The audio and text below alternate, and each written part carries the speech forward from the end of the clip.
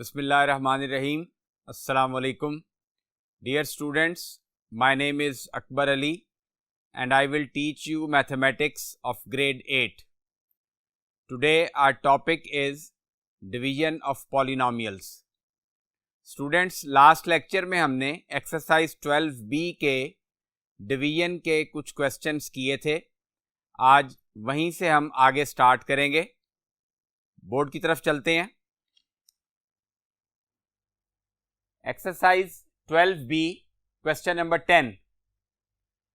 A cube plus B cube plus C cube minus 3ABC. ये dividend होगा और second polynomial A plus B plus C ये divider होगी.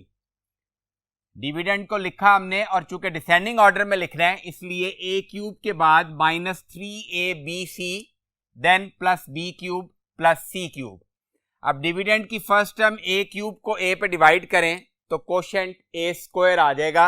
अब A square को इन तीनों टर्म्स के साथ मल्टीप्लाई करेंगे. A into A square A cube plus B को A स्क्वायर से मल्टीप्लाई करें तो A स्क्वायर B आता है जो डिविडेंड में अवेलेबल नहीं है, लिहाजा इसको हम साइड पे लिखेंगे. इसी तरह C को जब A स्क्वायर से मल्टीप्लाई करेंगे तो A स्क्वायर C आएगा. ये भी टर्म अवेलेबल नहीं थी, इसको भी साइड पे लिख दिया. अब सब्ट्रैक्ट करेंगे, नीचे वाली तमाम टर्म्स के साइन चेंज हो गए, ये कैंसिल हो गया. अब चूंकि डिसेंडिंग ऑर्डर में लिखना है लिहाजा minus A square B minus A square सी पहले आएगा क्योंकि यहाँ a की पावर दोनों टर्म्स में 2 है. उसके बाद ये a की पावर 1 वाली term then b cube plus c cube. अब ये डिविडेंड की फर्स्ट टर्म है minus A square B. Minus A square B को जब a पे डिवाइड करेंगे तो माइनस ए बी आएगा जो कोशेंट की सेकंड टर्म होगी. तो माइनस ए बी कोशेंट में आ गया. अब इसको होल डिवाइडर से मल्टीप्लाई करें, plus A minus A B से मल्टीप्लाई होगा तो माइनस ए स्क्वायर बी, फिर प्लस बी को माइनस ए बी से मल्टीप्लाई करें तो माइनस ए बी स्क्वायर जो यहाँ पे नहीं है इसको हमने साइड पे लिख दिया. फिर सी को माइनस ए बी से मल्टीप्लाई करेंगे तो माइनस ए बी सी आएगा. तो ए बी सी वाली टर्म के नीचे हमने माइनस ए बी सी लिख दिया. अब नीचे वाली तमाम टर्म्स के साइन चेंज किए, ये कैंसिल हो जाएगा. अब डिसेंडिंग ऑर्डर में लिखना है तो माइनस ए स्क्वायर सी पहले आएगा, फिर माइनस 3ABC प्लस 1ABC तो minus 2ABC then plus A B square then B cube plus C cube. अब डिविडेंड की फर्स्ट टर्म है minus A square C. Minus A square C को A पे divide करें तो माइनस ए सी आएगा. ये कोशेंट की थर्ड टर्म आ गई. अब माइनस ए सी को इन तमाम टर्म्स के साथ मल्टीप्लाई करेंगे. ए से मल्टीप्लाई करेंगे तो माइनस ए स्क्वायर सी आ गया, फिर बी से करेंगे तो माइनस ए बी सी आ गया, सी से करेंगे तो माइनस ए सी स्क्वायर आएगा जो डिविडेंड में मौजूद नहीं है, इसको हमने साइड पे लिख दिया. अब सब्ट्रैक्ट करना है, नीचे वाली तमाम टर्म्स के साइन चेंज किए, ये कैंसिल हो गई. माइनस 2 प्लस 1 तो minus 1 A B C then plus A B square फिर प्लस ए सी स्क्वायर और लास्ट में ये दोनों टर्म्स आ गई. अब डिविडेंड की first term minus A B C है, इसको जब हम ए पे डिवाइड करेंगे तो ए से कैंसिल हो जाएगा. माइनस बी सी ये कोशेंट की फोर्थ टर्म आ गई. अब माइनस बी सी को होल डिवाइडर से मल्टीप्लाई करेंगे, पहले ए से मल्टीप्लाई किया तो माइनस ए बी सी आ गया, फिर प्लस बी से माइनस बी सी को मल्टीप्लाई करेंगे तो माइनस बी स्क्वायर सी आएगा जो यहाँ अवेलेबल नहीं है, इसको हमने साइड पे लिखा. देन सी से मल्टीप्लाई करेंगे तो माइनस बी सी स्क्वायर आएगा, तो बी सी स्क्वायर वाली टर्म भी यहाँ नहीं है, इसको भी हमने साइड पे लिखा. अब सब्ट्रैक्ट किया, नीचे वाली तमाम टर्म्स के साइन चेंज हो गए, ये कैंसिल हो गया. अब डिसेंडिंग ऑर्डर में लिखने के लिए पहले A B square then A C square, उसके बाद plus B square C plus B C square और फिर ये दोनों टर्म्स लास्ट में आएंगी. अब डिविडेंड की first term A B square है, ए बी स्क्वायर को ए पे डिवाइड करें तो ए से कैंसिल हो जाएगा, बी स्क्वायर बचेगा तो ये बी स्क्वायर हमारी कोशेंट की नेक्स्ट टर्म आ गई. अब a प्लस बी प्लस सी को बी स्क्वायर से मल्टीप्लाई कर देंगे, a से मल्टीप्लाई किया तो a b स्क्वायर आ गया, प्लस b से मल्टीप्लाई करेंगे तो b क्यूब आएगा, तो b क्यूब वाली टर्म मौजूद है उसके नीचे लिख दिया। फिर c से मल्टीप्लाई करें तो b स्क्वायर c आएगा, तो b स्क्वायर c वाली टर्म भी है तो उसके नीचे लिखेंगे। अब सब्ट्रैक्ट करेंगे, नीचे वाली टर्म्स के साइन चेंज हुए, ये तीनों टर्म्स कैंसल हो गई। अब जो रिमेनिंग बची A C square plus B C square plus C cube. अब डिविडेंड की first term A C square है, ए सी स्क्वायर को जब ए पे डिवाइड करेंगे तो ए से कैंसल हो जाएगा, सी स्क्वायर कोशेंट में आ जाएगा, तो ये सी स्क्वायर कोशेंट में लिखा। अब सी स्क्वायर को इन तीनों टर्म्स के साथ मल्टीप्लाई करेंगे, पहले ए से मल्टीप्लाई किया तो ए सी स्क्वायर के नीचे ए सी स्क्वायर आ गया, फिर बी से करेंगे तो B C square, then C multiply by C square C cube. Subtract करना है तो नीचे वाली तमाम टर्म्स के साइन चेंज हुए, ये तीनों टर्म्स कैंसिल हो गई, तो रिमाइंडर 0 बचा। तो ये A square minus A B minus A C minus B C plus B square plus C square will be the final answer. Next board पे चलते हैं। अब स्टूडेंट्स इसी एक्सरसाइज का question number 12, 1 minus 16x4 and second polynomial is 8x cube plus 4x square plus 2x plus 1। अब देखने में ये पॉलिनोमियल आपको बड़ी लग रही होगी, लेकिन हमने वेरिएबल की पावर के हिसाब से देखना होता है कि कौन सी पॉलिनोमियल ग्रेटर है। तो फर्स्ट पॉलिनोमियल में x की मैक्सिमम पावर 4 है और सेकंड पॉलिनोमियल में x की मैक्सिमम पावर 3 है, तो ये पॉलिनोमियल ग्रेटर है, इसको हम डिविडेंड लेंगे और इस पॉलिनोमियल को डिवाइडर लेंगे। और चूंकि हमने डिविडेंड और डिवाइडर दोनों डिसेंडिंग ऑर्डर में लिखने हैं, तो यहाँ पे x4 वाली टर्म बाद में है, 1 के साथ x नहीं है, तो जब हम डिविडेंड में लिखेंगे तो ये टर्म पहले आएगी प्लस 1 बाद में आएगा, और जो डिवाइडर है वो ऑलरेडी डिसेंडिंग ऑर्डर में है, ये एज इट इज हमने डिवाइडर लिख दिया। अब माइनस 16x4 डिविडेंड की फर्स्ट टर्म है, इसको डिवाइडर की फर्स्ट टर्म 8x क्यूब पे डिवाइड करें तो माइनस 2x रिजल्ट आएगा, जो कि कोशेंट की फर्स्ट टर्म हो जाएगी। अब इस कोशेंट की फर्स्ट टर्म को होल डिवाइडर से मल्टीप्लाई करेंगे, 8x क्यूब को माइनस 2x से मल्टीप्लाई करें तो माइनस 16x4, फिर प्लस 4x स्क्वायर को माइनस 2x से मल्टीप्लाई करेंगे तो माइनस 8x क्यूब आएगा। तो x क्यूब वाली टर्म डिविडेंड में नहीं है, तो इसको हम साइड पे लिखेंगे। इसी तरह प्लस 2x को माइनस 2x से मल्टीप्लाई करें तो माइनस 4x स्क्वायर, ये भी साइड पे आ जाएगा। फिर प्लस 1 को माइनस 2x से मल्टीप्लाई करें, और चूंकि x वाली टर्म भी यहां नहीं है तो माइनस 2x को भी हम साइड पे लिखेंगे। अब सब्ट्रैक्ट करना है, इसके सिंबल्स चेंज हो गए, अब ये कैंसल हो जाएगा। अब चूंकि डिसेंडिंग ऑर्डर में लिख रहे हैं तो x क्यूब वाली टर्म सबसे पहले आएगी, 8x cube, then plus 4x square plus 2x and plus 1। अब यहां डिविडेंड की फर्स्ट टर्म 8x क्यूब है, 8x क्यूब को डिवाइडर की फर्स्ट टर्म 8x क्यूब पे डिवाइड करें तो रिजल्ट 1 आएगा, तो 1 कोशेंट की सेकेंड टर्म आ गई।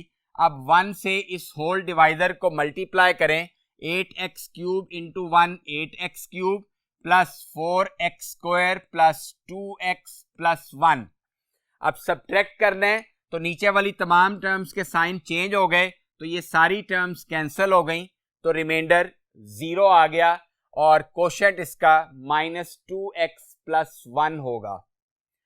अब इसी एक्सरसाइज का क्वेश्चन नंबर 15, इसमें डिविडेंड 64x की पावर 6 माइनस y की पावर 6 होगा। क्यों कि with respect two variable x की पावर 6 सबसे ग्रेटर है यहाँ पे, जबकि डिवाइडर में x की मैक्सिमम पावर 2 है, तो ये पॉलिनोमियल ग्रेटर है, इसलिए इसको हमने एज डिविडेंड लिया और ये डिवाइडर होगा। यहाँ पे डिवाइडर डिसेंडिंग ऑर्डर में नहीं है क्योंकि हम with respect two variable x descending order में लिख रहे हैं, तो सबसे पहले 4x स्क्वायर आएगा, देन माइनस 2xy और लास्ट में प्लस y स्क्वायर आएगा। अब डिविडेंड की फर्स्ट टर्म 64x6 है, इसको डिवाइडर की फर्स्ट टर्म 4x² पे डिवाइड करें तो 64 को 4 पे डिवाइड करेंगे तो 16 आएगा। x की पावर 6 को x की पावर 2 पे डिवाइड करेंगे तो x की पावर 4 रह जाएगी, तो 16x4 कोशेंट आ गया। अब 16x4 को इस होल डिवाइडर से मल्टीप्लाई करेंगे, 4 मल्टीप्लाई बाय 16 64, x² को x4 से करेंगे तो x की पावर 6 हो जाएगी। Then minus into plus minus, 2 16 32, x को x4 से मल्टीप्लाई किया तो x5 और y। अब x5 y वाली टर्म यहां नहीं है, इसको हमने साइड पे लिख दिया। फिर प्लस y² को 16x4 से मल्टीप्लाई किया तो 16x4y², तो x4y² वाली टर्म भी यहां नहीं थी, इसको भी हम साइड पे लिखेंगे। अब सब्ट्रैक्ट करेंगे, साइन चेंज हो जाएंगे, ये कैंसिल हो गया। अब डिसेंडिंग ऑर्डर के हिसाब से x5y वाली टर्म सबसे पहले आएगी, फिर x4y² वाली term and then minus y6। अब डिविडेंड की फर्स्ट टर्म 32x5y है, इसको 4x² पे डिवाइड करें तो 4 8 32, x5 को जब x² पे डिवाइड करेंगे तो x की पावर 3 रह जाएगी और y एज इट इज आएगा, तो कोशेंट की सेकंड टर्म आ जाएगी 8x³ y। अब 8x³ y को इस होल डिवाइडर से मल्टीप्लाई करेंगे, पहले 4x² से मल्टीप्लाई करें तो 32x5y आ जाएगा। फिर minus into plus minus, 2 8 16, x की पावर 4 y की पावर 2, तो ये माइनस 16x4y² वाली टर्म मौजूद है, उसके नीचे इसको लिख देंगे। लास्ट टर्म y² है डिवाइडर की, इसको 8x³ y से मल्टीप्लाई किया तो 8x³ y³ आ जाएगा, जो अवेलेबल नहीं है इसको साइड पे लिख दिया। सब्ट्रैक्ट किया, साइन चेंज हो गए, ये दोनों टर्म्स कैंसिल हो गई। अब फिर डिसेंडिंग ऑर्डर में लिखने की वजह से पहले माइनस 8x³ आएगा, देन माइनस y6 आएगा। अब डिविडेंड की फर्स्ट टर्म माइनस 8x³ है, इसको डिवाइडर की फर्स्ट टर्म 4x² पे डिवाइड करें तो माइनस 2xy³ आ जाएगा, ये कोशेंट की थर्ड टर्म होगी। अब इस थर्ड टर्म को होल डिवाइडर से मल्टीप्लाई करेंगे, 4x² से इसको मल्टीप्लाई करें तो माइनस 8x³ फिर minus into minus plus 2xy को इससे मल्टीप्लाई करेंगे तो 4x²y4, जो यहाँ डिविडेंड में नहीं है इसको हम साइड पे लिखेंगे। फिर y² से इसको मल्टीप्लाई करें तो माइनस 2xy5, ये टर्म भी ऊपर अवेलेबल नहीं है, इसको साइड पे लिख देंगे। अब सब्ट्रैक्ट करेंगे, ये नीचे वाली टर्म्स के सिंबल्स चेंज हो गए, ये कैंसिल हो गया। अब डिसेंडिंग ऑर्डर की वजह से फिर x² वाली टर्म सबसे पहले आएगी, फिर x वाली टर्म और लास्ट में माइनस y6। अब डिविडेंड की फर्स्ट टर्म है माइनस 4x²y4, इसको डिवाइडर की फर्स्ट टर्म 4x² पे डिवाइड करें तो 4x² से कैंसिल हो जाएगा, तो y4 माइनस में रिमाइंडर बचेगा, ये कोशेंट की टर्म आ गई। अब माइनस y4 को इस होल डिवाइडर से मल्टीप्लाई करें, माइनस 4x²y4 ये आ गया, फिर minus into minus plus 2xy5, then plus into minus minus y² into y4 y6। अब सब्ट्रैक्ट करेंगे, ये साइन चेंज हुए तो ये तमाम टर्म्स कैंसिल हो गई, तो रिमाइंडर 0 आ गया। तो 16x4 plus 8x³ minus 2xy³ minus y4, ये हमारा क्वोशेंट होगा। नेक्स्ट बोर्ड पे चलते हैं। अब इसी एक्सरसाइज में एक वर्ड प्रॉब्लम सॉल्व करेंगे। क्वेश्चन नंबर 17 है, अ school has 3x³ minus 11x² plus 11xy² minus 2y³ students and x minus 2y buses. एक स्कूल के पास जितने स्टूडेंट्स पढ़ते हैं उनकी तादाद लिख दी है और उनके पास जितनी बसेस हैं उनकी तादाद भी लिख दी गई है। If all the children have to be taken on a picnic, अगर तमाम बच्चों को किसी पिकनिक पे लेके जाया जा रहा है तो how many children should be allocated to each bus, हर बस को कितने स्टूडेंट्स एलोकेट किए जाएंगे या किए जाने चाहिए, ये हमने बताना है। अब नंबर ऑफ स्टूडेंट्स टोटल कितने हैं वो गिवन है क्वेश्चन में, वो हमने नंबर ऑफ स्टूडेंट्स लिखे सबसे पहले, फिर टोटल बसेस भी गिवन है, नंबर ऑफ बसेस हमने लिख दी x-2y। अब हर बस में कितने स्टूडेंट्स आ सकते हैं, इसको एक बहुत ही सिंपल तरीके से समझते हैं। फॉर एग्जाम्पल, एक स्कूल में टोटल 1000 स्टूडेंट्स हैं और उस स्कूल के पास 10 बसेस हैं, तो हर बस में कितने स्टूडेंट्स आएंगे? तो 1000 स्टूडेंट्स हैं, उसको आप 10 पे डिवाइड करें तो number of students in each बस विल बी 100। तो इसी तरह यहां पे भी टोटल नंबर ऑफ स्टूडेंट्स को हम नंबर ऑफ बसेस पे डिवाइड करें तो चिल्ड्रन एलोकेटेड टू ईच बस आ जाएगा। ये टोटल स्टूडेंट्स हैं divided by total number of buses. अब जैसे अभी हमने लास्ट क्वेश्चंस में लॉन्ग डिवीजन की, सेम उसी प्रोसीजर के तहत इस क्वेश्चन में भी लॉन्ग डिवीजन करेंगे। ये डिविडेंड आ जाएगा, ये डिवाइजर आएगा। डिविडेंड की टर्म को, फर्स्ट टर्म को डिवाइजर की फर्स्ट टर्म पे डिवाइड करेंगे, 3x² आएगा, इसको मल्टीप्लाई करें 3x³ माइनस 6x²y, सब्ट्रैक्ट किया, साइन चेंज हुए, ये कैंसिल हो गया, -11 प्लस 6 माइनस 5x²y, ये दोनों टर्म्स एज इट इज नीचे आ गई। अब डिविडेंड की फर्स्ट टर्म -5x²y है, इसको x पे डिवाइड करें तो -5xy आएगा, ये कोशेंट आ गया। अब -5xy को इन दोनों टर्म्स के साथ मल्टीप्लाई करें, x के साथ करेंगे तो -5x²y आ जाएगा, minus into minus plus 10xy², xy² वाली टर्म के नीचे इसको लिख दिया, सब्ट्रैक्ट किया, साइन चेंज हुए, ये कैंसिल हो गया, +11 माइनस 10 तो xy² बच गया -2y³। अब xy² को x पे डिवाइड किया तो y² कोशेंट की थर्ड टर्म आ गई, y² से इन दोनों को मल्टीप्लाई करेंगे, x से किया तो xy² minus plus minus 2y को y² से किया तो 2y³ माइनस में आ गया। अब सब्ट्रैक्ट करने से साइन चेंज हुए, दोनों टर्म्स कैंसिल हो गई, रिमाइंडर 0 आ गया। तो ये जो 3x² minus 5xy plus y² ये कोशेंट होगा। तो number of children should allocated to each bus 3x² minus 5xy plus y²। Next board पे चलते हैं।